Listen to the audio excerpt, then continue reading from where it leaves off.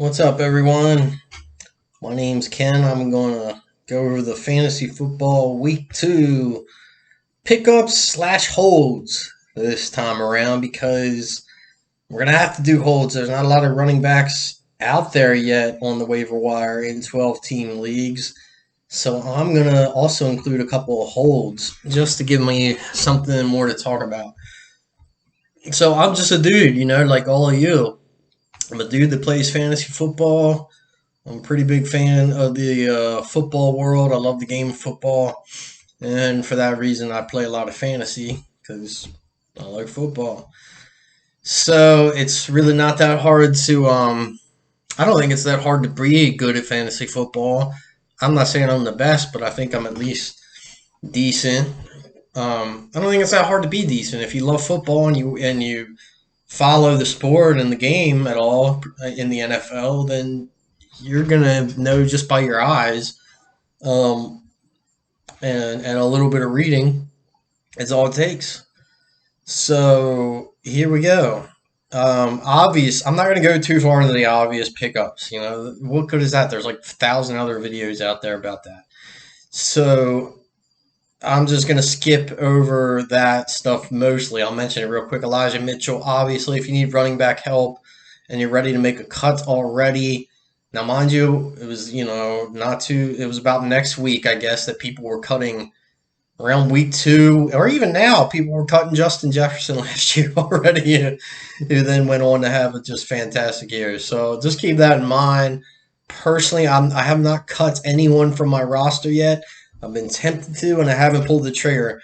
So Elijah Mitchell, obviously, if you need running back help, he's not going to be your fantastic PPR guy, at least based on week 1. We don't know that much about how many passes he'll catch. But I'm not a guy who says, well, he doesn't catch passes, so you can't use him in PPR, because you still can. You got to find production, and production on the ground is a heck of a lot better than no production at all. So Mitchell is going to be in the mix, and there's enough out there about Mitchell. So let's just move right along. I'm going to say another guy you want to look at is probably Larry Roundtree the third. And the reasons for that would be he's on the Chargers offense. It's a good offense. And we know that Austin Eckler typically misses a couple games a year. So Roundtree will probably get the start. The Chargers seem to have moved on. Well, they're running Roundtree as the RB2. So we're not seeing Josh Kelly, and we're not seeing Justin Jackson, I think his name is.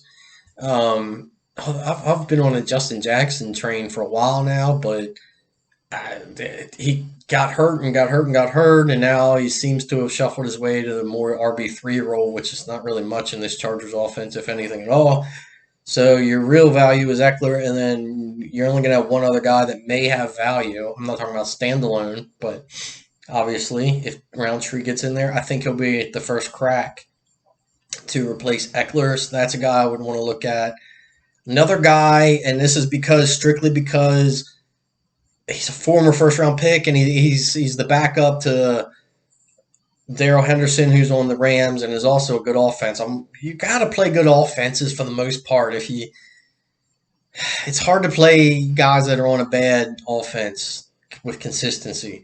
It's hard enough to play them on a good offense with consistency. So I'm going to say Michelle's great if you have him already. Obviously, I'm talking 12-team leagues here. It's not the same as 10 or 14 even. I'm really talking generally 12-team league, maybe a 14, but hold Michelle. If you got room on the end of your bench, he's one play away from becoming the starting running back 1A on a really good offense. So I'm not discarding him yet if I have room. Now, if you don't have room for him, obviously you got to move something else. You want to look at a second tight end or something. There's reasons to cut him, but I'm saying if you can, I would keep Sony Michel strictly because of the position within the team that he's on. That's a big thing. Then we have another guy. I'm not cutting. This guy's on my personal team. Zach Moss. Surprise scratch. What the heck's going on? Why didn't they play? I don't know why. But I'm not cutting Zach Moss this week. I'm going to hold him. I'm obviously not going to start him this week, but I'm going to see what transpires week 2. I would advise the same if you can afford it with Zach Moss. He was pretty good in limited work last year. I still have faith in him. He's a banger. He can bang between the tackles pretty well. And the Bills need that in their offense at time to time, especially if they get inside the 10-yard line. Singletary, I like Singletary too, obviously, and they're using him a lot more so far. But I'm not giving up on Zach Moss. I still think he's a pretty good player. I can't figure out why they would. He said the coach said it was a numbers game or something. That doesn't make sense either, because I think they had 3 running backs active, and the third one was some guy I can't even remember his name. So why not make that guy Moss? If you're going to keep Breida and Singletary, fine. But if you're going to keep 3, Moss isn't going to be one of the 3. To bang in between the tackles and maybe pick up some first downs or do a red zone carry, something of that nature. So I'm going to hold him. Another guy I also have, and I'm not cutting him. It's too early to cut him. Remember Justin Jefferson last year? I know I said that, but that's important. Michael Carter on the Jets. I think he's probably not going to be an 3-down back type, but I think he's going to become serviceable as a pass catcher and here and there type of back. Now, I know that's not what fantasy football people want to hear. Here and there, meaning, and by that I mean certain plays and certain weeks. But I'm talking about bench players here. You got to have decent players on your bench. I think he'll have value as Ty Johnson is okay, and Tevin Coleman hasn't been able to stay on the field, and he hasn't really been very good in NFL terms in, I don't know, several seasons now. So I don't even know how he wound up as the starter there. I think Tevin Coleman would be better off as in a timeshare or something of that nature, which may be how the Jets are going. Right now they're kind of mixing 3 guys in.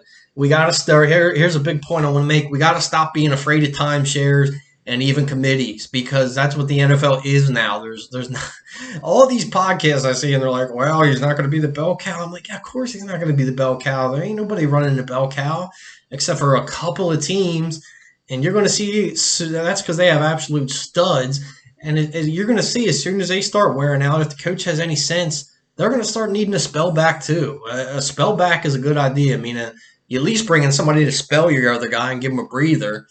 You don't want to give your other guy all the work. So, and more now, we're just seeing tandems. And I'm not going to be shying away from tandems. I'm going to accept that reality, and I'm going to try to get the hot hand of the tandem and just try, just like the coach does. If you have 2 guys, you pick one of the 2. You pick one of the 2 and you gamble with them that week, and you use your whatever educated guess and wisdom, knowledge you have. It's fantasy football, we're all making our best guess, and that's just the nature of this game. I don't care how good somebody thinks they are fantasy football. There's an element of chance to it. You take your best guess. If I have 2 backs, we'll use the case last year of Phillip Lindsay and Melvin Gordon. If I don't have both of them, which is a pretty good idea sometimes to have both, get 2 guys of a tandem if you can, and play whichever one is healthy. Play whichever one's been running well, just like the coach, And if you only have one of the 2, put him in on a week you think he's going to do good. You don't know. Some weeks it was boom for Gordon. Some weeks, or even going back to before Gordon, with when you had Lindsey and Royce Freeman, and Lindsey started booming off. So, you just go with the flow, just the same as they do in real life. I think that does transfer to fantasy football. The fact that if you have 2 running backs, you got to feel confident in one of them. Put the one you feel more confident out there. For instance, I have Tyson Williams. I also have Latavius Murray. I'm not interested in Le'Veon Bell. I'm not interested in Devontae Freeman.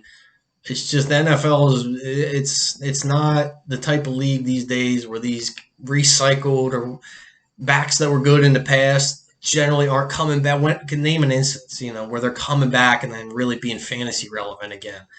They're more brought in because they know the ropes. They've been around the league. They understand systems to some extent. The coach just wants somebody serviceable that can, know where to take the ball, maybe help them get a couple first downs, maybe make a play here and there, but they're not really bringing them in to be like, hey, we're going to give you a ton of carries, so it's just, you got to be on the field and you got to get work to be good at fantasy football. You can't be just um, recycled player.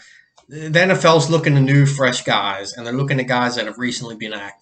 So I'm not. Murray is your better bet out of that. Tyson's the best bet, and then Murray, because Murray's recently been active. He's recently been on a squad, and we saw that week one. You saw Tyson and you saw Latavius Murray. Now, which guy do you play? This week, I'm sticking with Tyson. I think it's going to be almost a 50-50 time split. But what I like on my squad, I got both of them. I drafted Tyson Williams because at that point it was already down to Gus Edwards. And then so now Tyson's already, and I figured, well, the Ravens run two backs a lot anyway, so they're going to have to run Williams. Now I have both of them because I picked up Murray. I passed on Bell. I passed on Freeman. I said, no, Murray will be the guy because, like I said, the NFL is going to want to put the most recent talent out there. Now I have both of them, and I still think that the Ravens are going to give Tyson the most work. So if I have to play one of them, that's who it'll be. But this week I'm not going to be playing them because I have DeAndre Swift and Melvin Gordon are going to be my backs this year.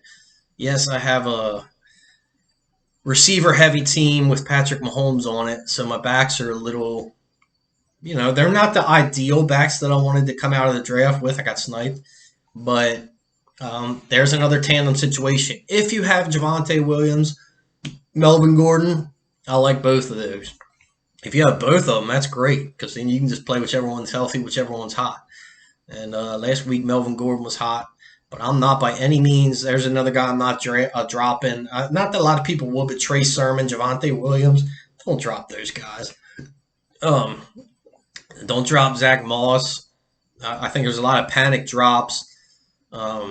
Questionable calls by the coaches. I guess the 49ers still won their game, but Trey Sermon's going to have value. Mostert's out for the year now, so he's absolutely going to have value. And the nature of playing Shanahanigans is that if you want to play Shanahanigans, be my guest.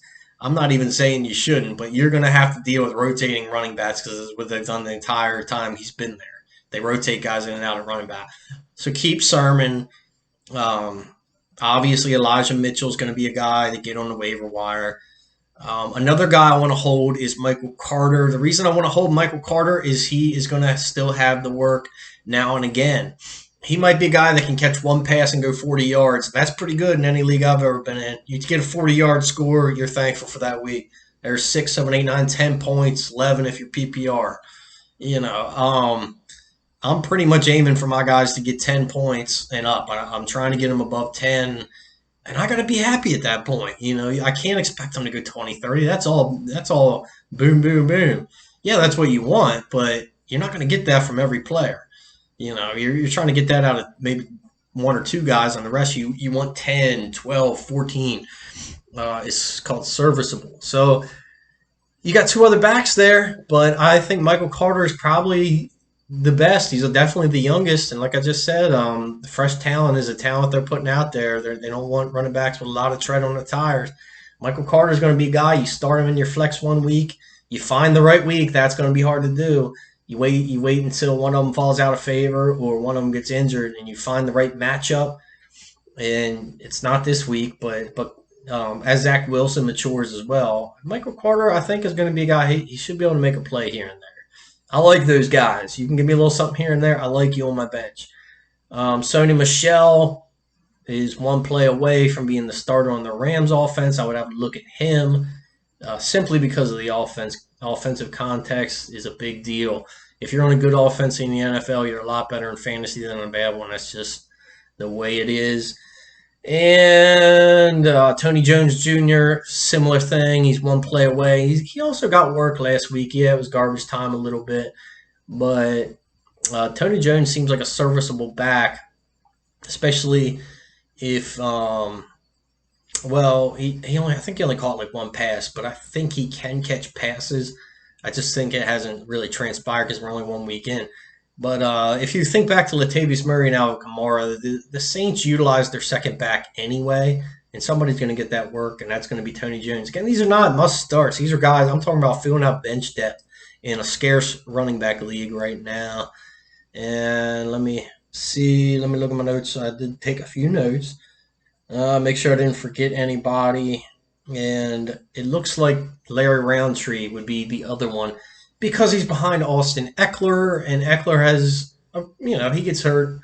He usually misses a handful of games every year, and Roundtree is running as the RB2 on a good offense again. Now, I don't rule out a guy that's on a bad offense. I gave you Michael Carter. We don't know what the Jets' offense will be yet. I don't rule him out exclusively, but generally, the being on a good offense gives that player a boost because he's going to be down the red zone. He's going to be his team's going to be moving the ball. They're not going to be punting and playing defense all the time. So, there's not a lot out this week running back wise. Remember, Justin Jefferson was getting cut this time last season. So, my final thought is I'm not cutting guys that I still believe have talent, such as Michael Carter, Zach Moss, even Sony Michel, if I can afford to keep him. You can make reasons to cut any of these guys, and that's such a team-by-team thing. If there's a player where like you need a tight end, then and you might have to make a move to cut one of them to improve your tight end position. Well, obviously, you can justify it. I'm saying if I can, Sony Michel, Michael Carter, Zach Moss, I'm holding Trey Sermon, obviously, and Javonte Williams, obviously. I'm holding on to guys like this. I'm not cutting guys like this.